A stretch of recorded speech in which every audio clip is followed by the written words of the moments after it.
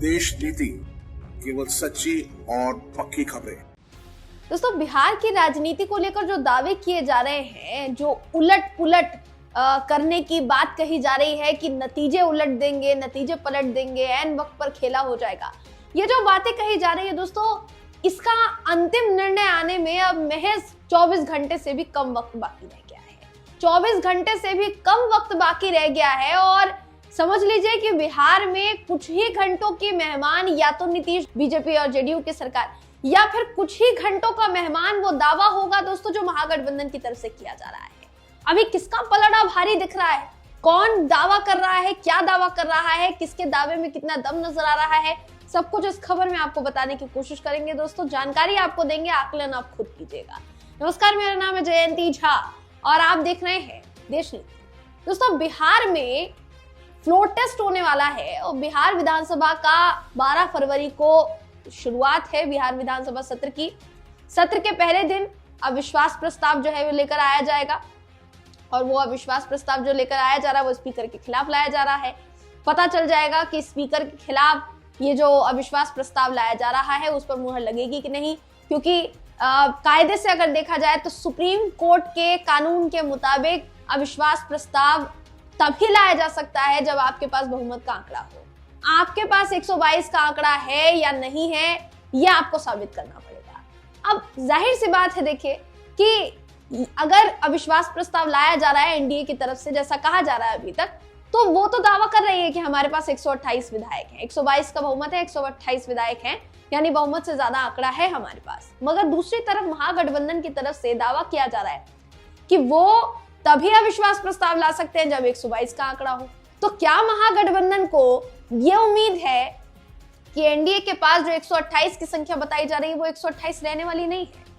क्या जिन 9 विधायकों के गायब होने की खबर नीतीश कुमार के भोज से, जिन 9 विधायकों के गायब होने की खबर सामने आ रही थी, वो सच है दोस्तों?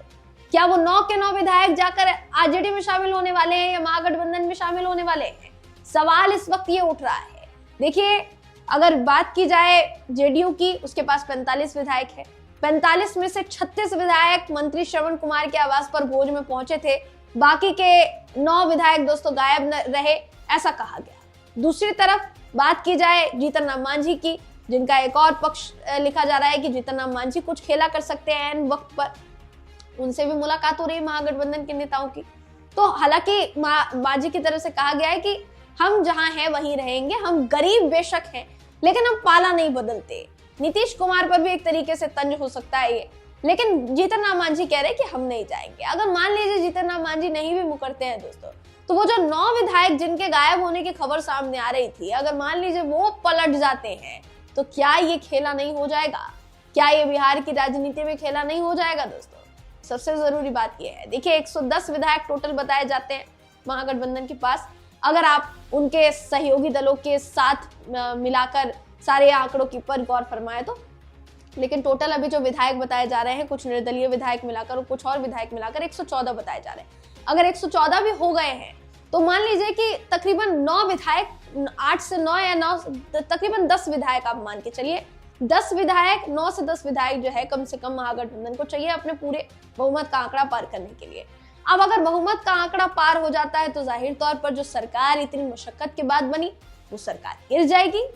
जी हाँ, नीतीश कुमार बहुत ही लड्डू फूटते हुए, उनके मन में लड्डू फूटे और अचानक से रातों रात हृदय परिवर्तन हो जाता है, रातों रात आंखें जो है खुल जाती हैं, आरजेडी के साथ जंगल राज लगने लगता है रातों रात, फिर मंगल राज हो जाता है बीजेपी के साथ जाकर। तो बड़ी खुशी खुशी सुशासन बाबू गए थे बिहार में बीजेपी के साथ गठबंधन करने के लिए। अब वो साबित कर पाते हैं पटल पर कि नहीं, ये देखने वाली बात होगी। देखिए, यहाँ पर बात सिर्फ जेडीयू के विधायकों की नहीं है दोस्तों, बात बीजेपी के विधायकों की भी हो रही है। क्योंकि आप एक बात को समझिए कि बीजेपी पर अभी तक आरोप लगता आया है कि बीजेपी पीछे के दरवाजे से कोई ना कोई खेल कर सकती है, खरीद फरोख्त कर सकती है, ऑपरेशन लोटस जिसको कहा जाता है। कई राज्यों में वो सफल हुआ भी।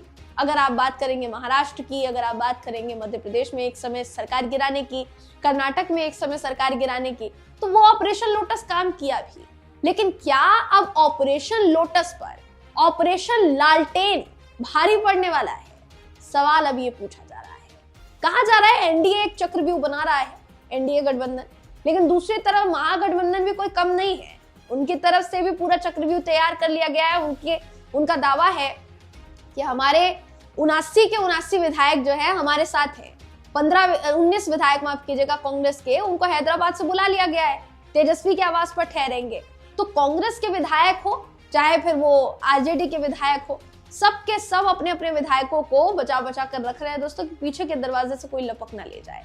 बीजेपी 2-2 बसों में भरकर अपने विधायकों को अलग अलग जगह लेकर जा रही है। पटना लेकर गई है, गया टू पटना बताया जा रहा है, पटना में लेकर जाया गया है, 2 बसें गई है बीजेपी की।